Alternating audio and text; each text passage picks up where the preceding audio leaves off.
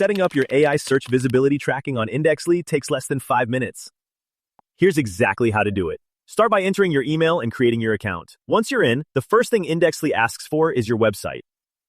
Add your URL, give a brief description of what your business does, and select your business type.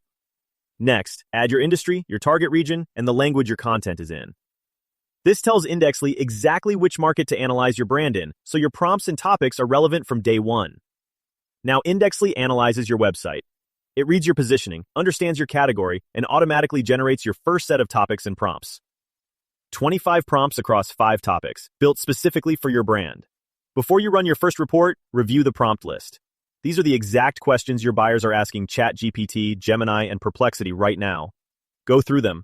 Once your prompts are ready, run your first report. To unlock your full AI search visibility analysis, you'll need to upgrade your plan.